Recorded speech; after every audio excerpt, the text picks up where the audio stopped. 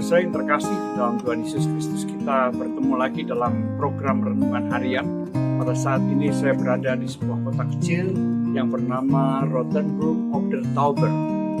Kota ini didirikan pada abad ke-14, jadi sekitar 1500, dan sebagian bangunan-bangunannya bertahan sampai dengan saat ini.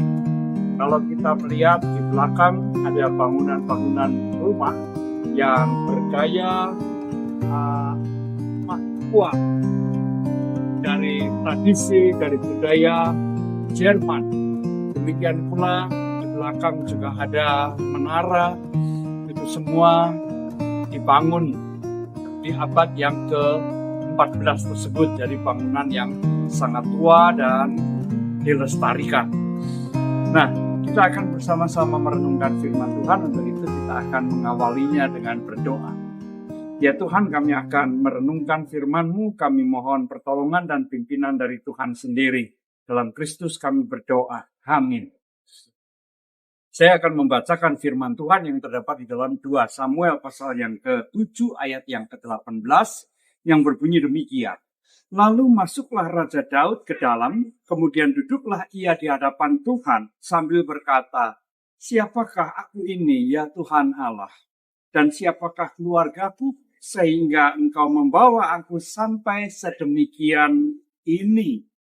Demikianlah firman Tuhan.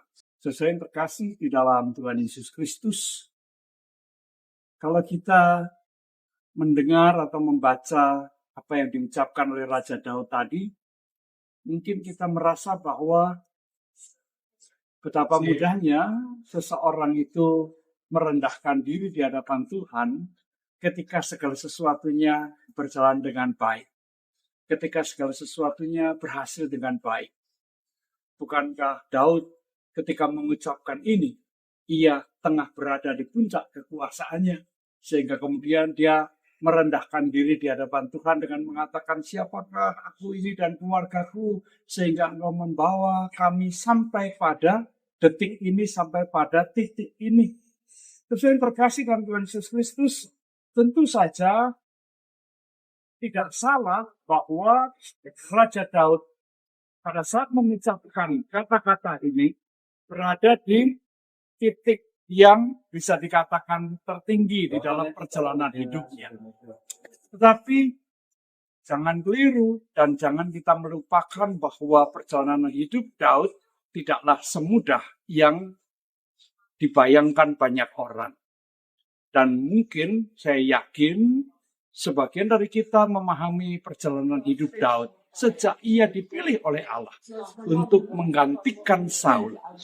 Justru ketika ia dipilih oleh Allah, ia menghadapi begitu banyak pergumulan.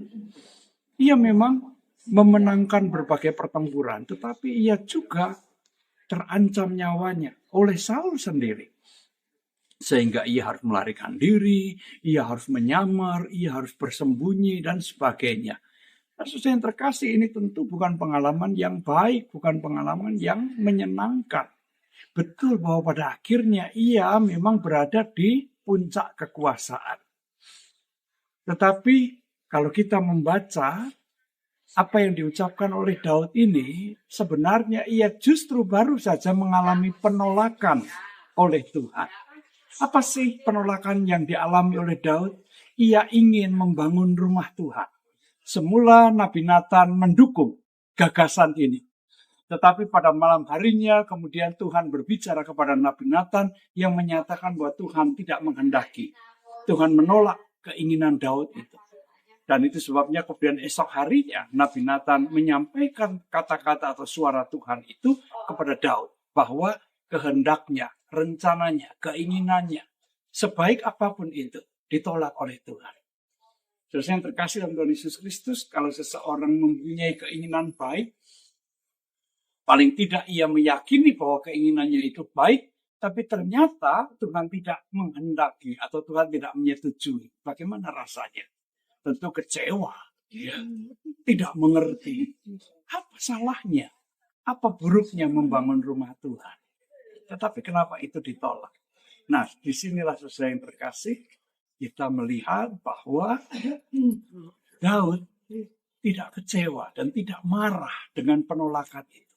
Bahkan kemudian ia mengakui siapakah dirinya dan siapakah keluarganya, sehingga ia berada pada titik tersebut, pada titik yang sungguh sangat tidak terpikirkan sebelumnya. Itulah yang dirasakan dan dikatakan oleh Daud, bahwa sekalipun ia berkuasa, tetapi ia tetap tunduk pada kehendak Tuhan dan ia tidak kecewa ketika keinginan baiknya ditolak oleh Tuhan.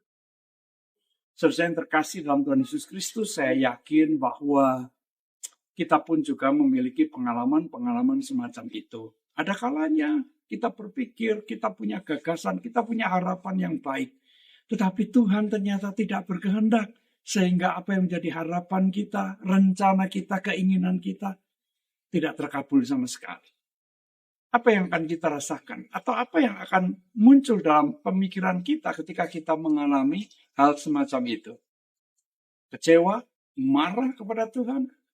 Daud mengajarkan kepada kita. Pernyataannya, siapakah aku ini dan siapakah keluargaku sehingga engkau memimpin kami sampai pada saat ini. Mau mengatakan sesuatu yang sangat penting. Supaya tidak jatuh pada kekecewaan ketika keinginannya ditolak. Yaitu bahwa ia tidak mau terpaku pada satu keinginan atau dua keinginan yang ditolak oleh Tuhan. Melainkan ia mau melihat perjalanan hidupnya secara utuh. Bahwa jauh lebih banyak pertolongan dan kebaikan Tuhan yang dinyatakan dalam kehidupannya daripada penolakan yang dialaminya.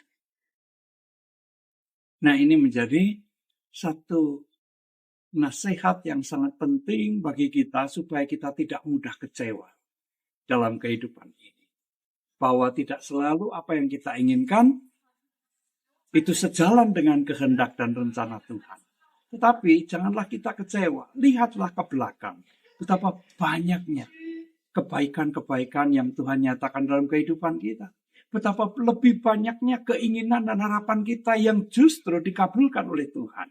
Maka jangan kecewa jikalau hanya ada 1, 2, atau 3 keinginan yang kita yakini baik, yang kita pikirkan baik, tapi ternyata tidak sejalan dengan kehendak Tuhan dan itu tidak terrealisir sama sekali. Dengan belajar dari sikap Daud ini, kita akan juga memelihara iman dan kesetiaan kita kepada Tuhan. Selamat menjalani kehidupan ini bersama dengan Tuhan, di dalam dinamika, di dalam suka dan duka, dan di dalam ketaatan kita kepada setiap kehendak dan rencana Tuhan. Tuhan memberkati kita semua. Amin. Mari kita berdoa.